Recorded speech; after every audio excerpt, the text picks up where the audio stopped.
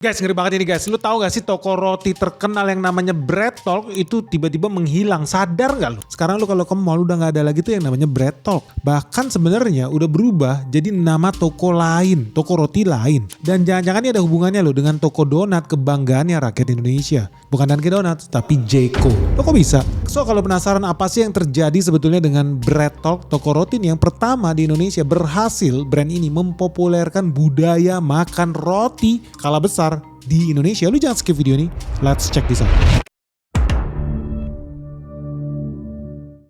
Jadi teman-teman lu sadar gak sih kita itu udah makan Bread Talk bersama Bread Talk itu udah 20 tahun loh. Soalnya pertama kali Bread Talk ada di Indonesia di tahun 2003 di Mall Kelapa Gading. Nah sekarang udah gak ada. Setelah 20 tahun berlalu, sadar gak sadar, gue sendiri juga baru ngeh. Kok cari roti sekarang kalau nitip roti nih, kalau lu ke mall titip dong gue roti. Kok yang datang bukan Bread Talk lagi tapi udah beda nih guys. Gue baru ngeh juga. Karena ternyata Bread Talk tuh umurnya cuma 20 tahun di Indonesia. Per tahun 2023 alias 20 tahun sejak dia lahir di Mall Kelapa Gading, hari ini udah berubah, hilang menjadi Mako. Apa nih guys Mako ini? Barang apa ya? Kenapa Bread Talk ganti nama jadi Mako? So buat teman-teman yang penasaran ya, sebelum kita masuk ke Mako, kita masuk dulu ke Bread Talk. Banyak orang yang salah persepsi. Termasuk gua, zaman dulu orang kira Bread Talk itu toko roti orang Indonesia. Toko roti asli Indonesia yang punya. Padahal ternyata enggak. Bread Talk itu sebetulnya pendirinya adalah George Kwek. Itu orang Singapura di tahun 2000-an. Nah di tahun 2001 Bread Talk itu mulai terkenal di Singapura karena dia punya strategi penjualan yang unik guys. Pertama, dia kalau masak harus di ruang terbuka. Di mall-mall pun dia masak di open space. Akibatnya bau rotinya menyebar kemana-mana. Toko-tokonya didesain transparan. Produknya namanya aneh-aneh. Dan konsepnya bukan lagi cuma jualan roti tapi jualan lifestyle bakery. By the way contohnya gini gampang ya. Lu tahu ya orang kalau sikat gigi biasanya flossing. Dia bikin nama produknya itu ada roti Flossy. Nah kalau di Indonesia ini terkenalnya sebagai roti abon. Jadi kalau lu pergi ke Bread Talk biasanya nih kemungkinan besar lu belinya roti abon lah. Ya kan itu namanya Flossy lah yang di Singapura. Nah hebatnya si orang Singapura ini dia udah lihat oh sekarang gayanya orang kalau mau makan itu gak mau lagi makan beras. Dikira orang miskin. Makan bubur orang miskin. Lu harus makan berbasis gandum kayak orang bule makan roti. Tapi Indonesia zaman dulu kalau masih gak banyak orang Indonesia yang sukanya makan roti loh. Sampai kemudian masuknya Bread Talk ini bikin makan roti itu jadi next level. Gaya. Oh lu modern, lu canggih lah. Akibatnya banyak di mall-mall besar ya adanya Bread Talk. Nah hebatnya si George Kwek ini dengan konsep barunya yang masak di ruang terbuka, baunya keluar kemana-mana aroma roti itu, ternyata membawa dia memenangkan penghargaan pengusaha of the year dari organisasi besar di Singapura. Akibatnya di tahun 2001 di tahun yang sama George Kwek itu mendapat permintaan orang-orang banyak yang membuat franchise Bread Talk ke luar negeri. Lu bayangin ada 1000 permintaan franchise sama si George Kwek ini. Gak usah heran ya karena ternyata Bread Talk sendiri ketika lahir di Singapura itu antriannya panjang banget sampai menarik perhatian orang. Semua yang lewat jadi ngelihat apa sih Bread Talk, apa sih Bread Talk. Dan udah pasti ujung-ujungnya apa yang viral di Singapura tinggal nunggu waktu bakal viral juga di Indonesia. So gak usah heran di tahun 2003 Bread Talk tuh melakukan ekspansi pertamanya di Indonesia bersama pengusaha salon rambut terkenal dari Indonesia. Unik juga nih ya pengusaha rambut Indonesia bisa-bisanya ngelihat wah peluang bisnis roti di Indonesia kayaknya bakal keren nih. So saat itu ya Johnny Andrian punya usaha namanya Talkindo Selasa Anugrah atau TSA lah. Itu mulai bikin gerai pertama dia. Toko pertama Bread Talk di Indonesia bulan Maret 2003 di Mall Kelapa Gading Jakarta Utara. Jadi setahun setelah dia buka dari 2003 sampai 2004 dia berhasil dagang roti sampai 20.000 roti per harinya. Di tahun 2004. 2004 dia gak berhenti sampai di situ. Ekspansi lagi dalam waktu 1 tahun yaitu di tahun 2005 Bread Talk berhasil nambah bisnis baru. Bisnis roti juga tapi dikasih bolongan di tengahnya namanya roti donat guys. Itulah yang namanya Jeko.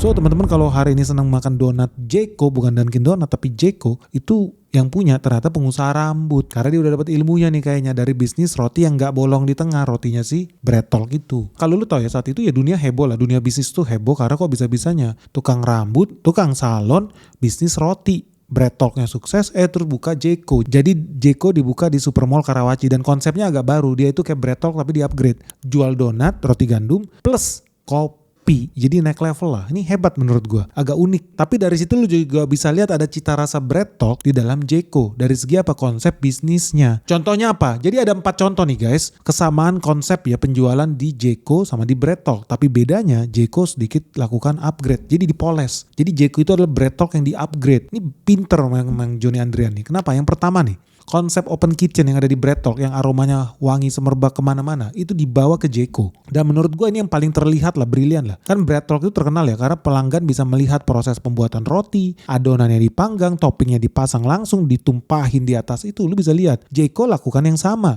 Donat dibuatnya di depan pelanggan, kitchennya terbuka guys. Aroma produk itu disengaja keluar dari tokonya sendiri. Akibatnya apa? Itu bagian dari experience toko. Kalau lu ke Jeko pasti tahu wangi semerbak. Nah konsep ini membuat produk Jeko terasa fresh, higienis, premium. Nah jadi konsep Open Kitchen Bread Talk tuh berhasil di-upgrade, dibawa ke Jeko. Nah yang kedua hebat nih, store desainnya itu terasa lebih premium. Ya jujur aja lah, kalau lu ke Bread Talk lu pasti udah amazed lah, kesan lebih modern lah, lebih keren lah dibanding lu ke Holland Bakery di era itu ya. Tapi ketika lu masuk ke Jeko, wah Jeko lebih keren lagi, lebih premium lagi dibandingkan Bread Talk. Nah yang ketiga, nama-nama produk yang ada di Jeko itu juga dibikin unik-unik, lucu-lucu. Update lah, sama kayak Bread Talk lah, nggak kayak roti yang biasa ya. Yang di Jeko kalau lu tahu, dia terinspirasi juga dari Bread Talk. Bread Talk tuh punya nama-nama produk yang kreatif, Fire Floss, Sea Floss. Nah Jeko melakukan hal yang sama. Produknya ada namanya Al Capone, Avocado, DiCaprio, Oreologi dan lain sebagainya. Tujuannya sih gampang guys ya. Pertama ya biar mudah viral lah, gampang diingat, dan ujung-ujungnya makin kuat buat branding. Pinter ya Johnny Andrean ya. Dan dia punya ide brilian itu, dia terapkan copy paste strategi Bread Talk yang sama. Apa? Buka di toko-toko yang punya food traffic tinggi. Buka di mall-mall area perkantoran yang punya food traffic tinggi. Artinya dia fokus nih di mall. Fokus di POI, point of interest. Yang punya sekali lagi ya food traffic tinggi. Food traffic tinggi itu apa sih? Banyak orang lalu lintas ke sana. Mau karyawan kantor, mau consumer retail. Makanya nggak usah heran, di mana ada Bread Talk pasti ada Jeko. Karena suka nggak suka Bread Talk itu bisa sukses karena berhasil membuka outlet di mall pusat keramaian yang area high traffic. Nah Jeko ini juga pakai strategi yang identik guys. Jadi mall yang besar, bandara, pokoknya pusat gaya hidup lah. Soalnya Johnny Andrean udah punya pengalaman nih dari memilih lokasi lewat Bread Talk. Jadi dia mengalami sendiri kisah suksesnya Bread Talk itu, strategi food traffic POI itu dia paham betul. Dan dia copy paste karena ternyata bisnis roti-rotian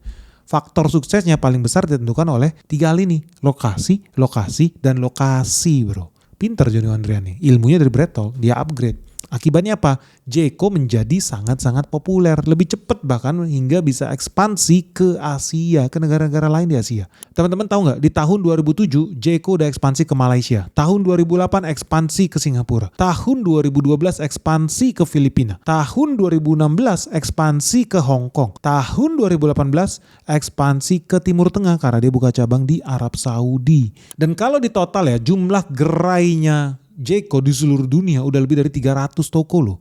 Hebat gak? Di Indonesia sendiri ada sekitar 270-an gerai lah. Lebih dari 270 gerai di Indonesia. Dan jujur ya menurut gue ini sesuatu yang eksepsional lah. Akhirnya ada brand Indonesia yang bisa go internasional loh. Hebat gak? Iya. Di satu sisi iya. Sisi lain tunggu dulu.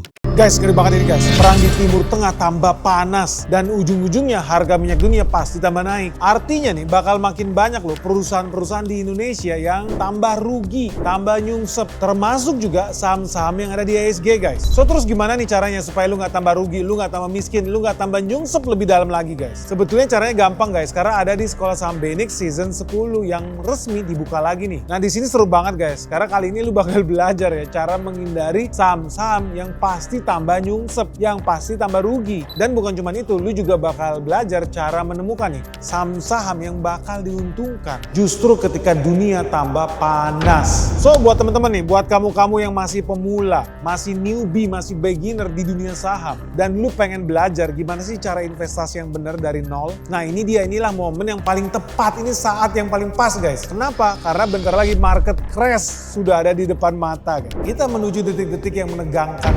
Apalagi ya suku bunga di Amerika Serikat bakal makin naik tinggi loh. So kamu pengen tahu nggak sih? Kamu pengen bisa ngerti nggak sih perusahaan mana yang layak buat diinvestasikan, mana yang tidak layak sama sekali. Nah lu gak usah khawatir karena semuanya bakal kita bahas tuntas di Sekolah Saham Benix season 10 ini. Karena cuma di sini ya kita bakal belajar bareng cara membaca laporan keuangan, ekonomi makro, sektor-sektor unggulan yang ada di IHSG, sampai perusahaan-perusahaan yang bisa jadi penggerak bursa efek Indonesia guys. Apalagi di sini juga ada sesi Ask Me Anything ya. Sesi di mana lu bisa bebas tanya apa aja ke Benix langsung soal dunia saham dan investasi. So tunggu apa lagi guys? Segera daftarin dirimu sekarang juga. Mumpung sekarang lagi ada diskon 30% nih. Dari yang tadinya harganya 12.300.000, sekarang jadi cuma 8.600.000-an doang guys. Tapi lu inget ya, diskon 30% ini cuma berlaku terbatas. Karena diskon 30% ini cuma untuk 30 orang pertama yang mendaftar Sekolah Saham Benix sebelum tanggal 30 Mei 2026. So tunggu apa lagi nih? Yuk segera daftarin dirimu sekarang juga. Hubungin WhatsApp admin kita Michelle di 0811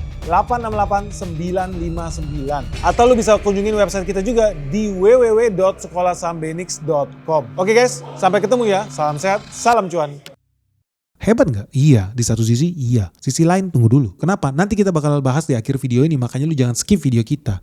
Sekarang gue mau bahas soal prestasi si Jeko. Lu tau nggak 10 tahun sejak dia berdiri, Jeko itu udah berhasil menjual lebih dari 800 juta donat bro. Dan 52 juta kopi. Jadi gelas kopi ya. Lu bayangin 800 juta donat dalam 10 tahun. 52 juta gelas kopi. Itu luar biasa loh. Karena artinya Jeko itu berarti udah berhasil menciptakan begitu banyak lapangan kerja. Karena bayangin gini aja deh. Kalau satu toko Jeko ya, rata-rata ya toko F&B di Indonesia kalau lu bisnisnya roti sama kopi, minimal lu ada karyawan itu sekitar 28 karyawan lah. Kalau dia punya 275 gerai, 28 karyawan kali 275 gerai itu sekitar 7.700 karyawan dia. Ini kita belum ngomong yang bikin di back office-nya loh, head office-nya loh, pabriknya loh. Tapi ini kita baru ngobrol di level toko bro. Ada 7.700 karyawan yang dipekerjakan oleh Jeko. Ya kita simple deh. Kalau seandainya pakai rata-rata gaji dia sekitar berapa? 3,3 juta rupiah lah per kepala. Kali 7.700 karyawan. Artinya Jeko itu per bulan keluar duit ya buat menggaji 25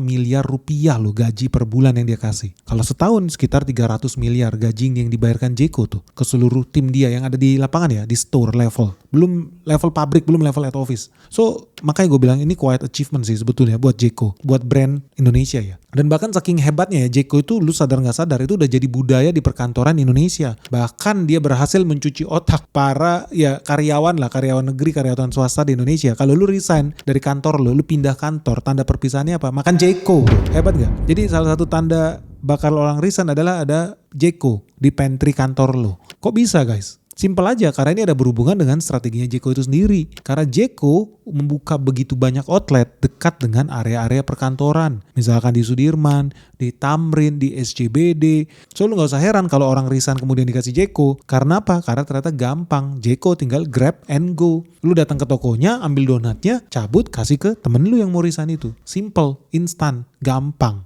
Dimudahkan hidup lu karena Jeko hadir di mana-mana dekat area perkantoran. Salah satu dari strategi food traffic dia loh. So, gimana dengan Bread Talk nih hari ini guys? Apakah bisa terus berkembang seperti Jeko atau justru malah hilang? Karena faktanya Bread Talk per hari ini udah gak ada lagi di Indonesia karena mereka bertahap udah jadi ganti nama. Karena tadi yang gue bilang memang yang punya sama-sama Johnny Andrean, tapi bedanya kalau Bread Talk itu kita cuma ambil license, franchise namanya, yang punya merek itu sebetulnya orang Singapura asli. Nah, pergantian brand ini sebetulnya udah dilakukan sama pemilik franchise karena lisensi Bread Talk ini udah habis per bulan November 2022.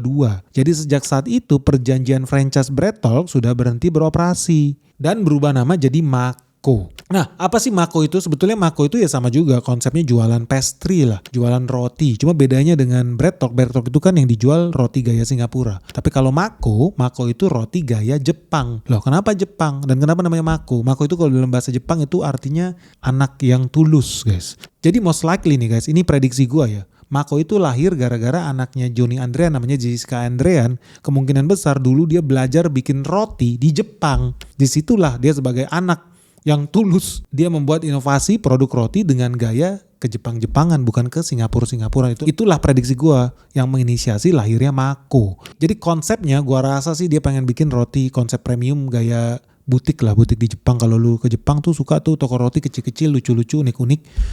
Konsepnya butik.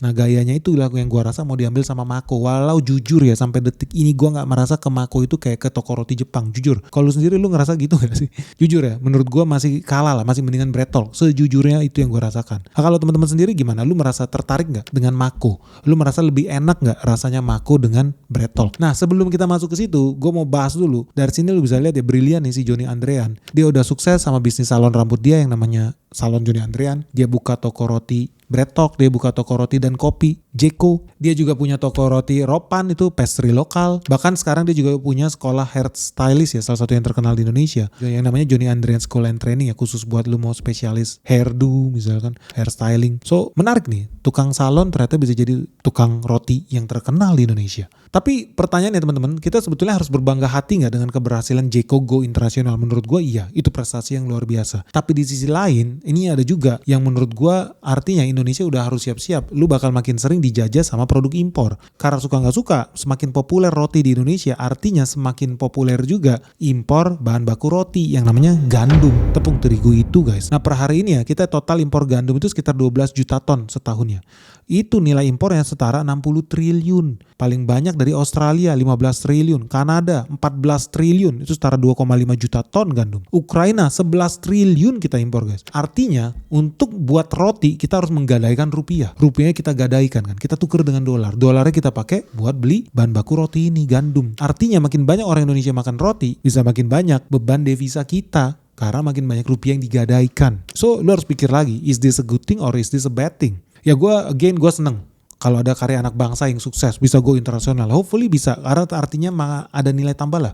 Apalagi kalau itu yang kita ekspor keluar ya. Kita berhasil ekspor bahan baku kita.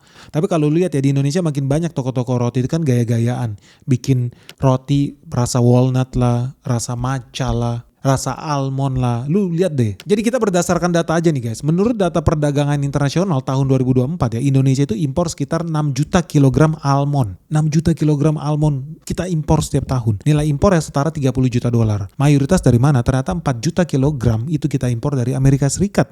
Nilainya hampir 330 miliar. Belum dari negara lain, Australia 164 miliar dan banyak lagi lah yang kita impor tuh. Ini baru almond doang. Yang lain misalkan keju lah. Lu kalau makan roti-rotian atau pizza lu pakai cream cheese. Cream cheese itu kita juga impor dari luar negeri. Teman-teman tahu nggak? Kita dalam 1 tahun impor tuh sekitar 9 juta kilogram cream cheese doang.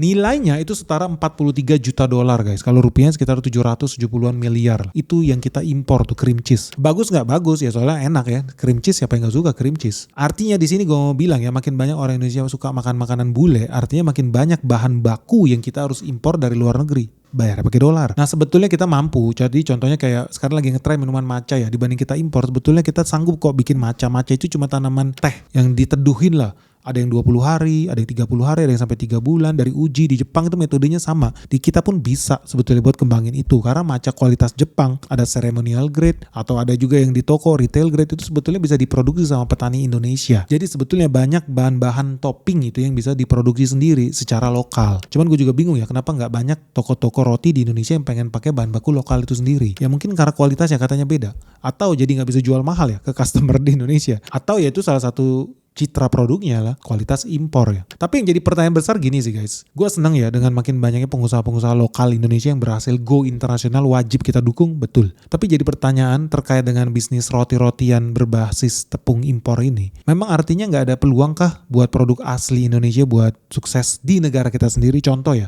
kita punya getuk. Getuk itu bahan baku singkong kita punya. Atau wajik, jadah, combro, tiwul, gatot, lopis. Itu sebetulnya makanan khas Indonesia loh. Tapi kenapa nggak viral ya? Kenapa yang lebih laris malah makanan-makanan yang berbasis gandum? Apa memang Indonesia udah ketagihan ya? Kalau lu mau jajan ya harus jajanan yang pakai gandum dari Amerika Serikat. Lu makan martabak pakai gandum, lu makan pizza pakai gandum, lu makan donat pakai gandum. Apa memang kita udah terbiasa dengan itu ya? Padahal kalau lu pikir kayak wajik, bahan bakunya apa? Beras ketan pakai gula merah. Tiwul bahan bakunya dari gaplek singkong, bukan dari tepung terigu. Lopis bahan bakunya dari beras ketan, kita bisa nanam sendiri. Kenapa ya guys? Apa memang nggak enak ya? Atau lidah kita yang udah berubah ya? Kita jadi terbiasa dengan makanan yang mengandung gluten. Gimana menurut lu guys? Ada peluang gak sih sebetulnya ya buat makanan asli Indonesia berjaya di negara kita sendiri, berjaya di mall-mall yang ada di Indonesia, dibandingkan ya kita memperkaya petani gandum yang ada di Amerika Serikat? Kenapa nggak kita memperkaya petani yang ada di negara kita sendiri ya, dengan mulai mengkonsumsi makanan-makanan yang gaya, tentunya yang enak, yang trending, tapi menggunakan bahan baku asli Indonesia? Menurut lu gimana guys? Ada peluang gak sih buat produk makanan ringan ya khas Indonesia berjaya di negeri kita sendiri, di mall-mall ngetop yang ada di Jakarta? Sharing dong pandangan lu.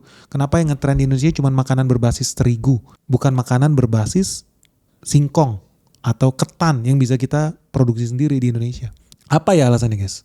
Ditunggu loh guys pandangan kalian di kolom komentar yang ada di bawah ini. Dan kalau lu jujur-jujuran aja, menurut lu lebih enak Mako atau Bread Talk? Kalau gue pribadi, Jeko memang bener lebih enak dibanding Dunkin Donuts. Tapi kalau Mako sama Bread Talk, belum tentu sih. Memang beberapa produk rasanya agak-agak mirip ya. Tapi kalau menurut lu sendiri gimana? Berhasil nggak ya Mako menjadi lebih sukses dibandingkan Bread Talk? Share ya guys pandangan kalian di kolom komentar di bawah ini. Ditunggu. Segera like and share video Benix sebanyak-banyaknya. Semoga video ini bermanfaat. Salam sehat, salam cuan. Bye-bye.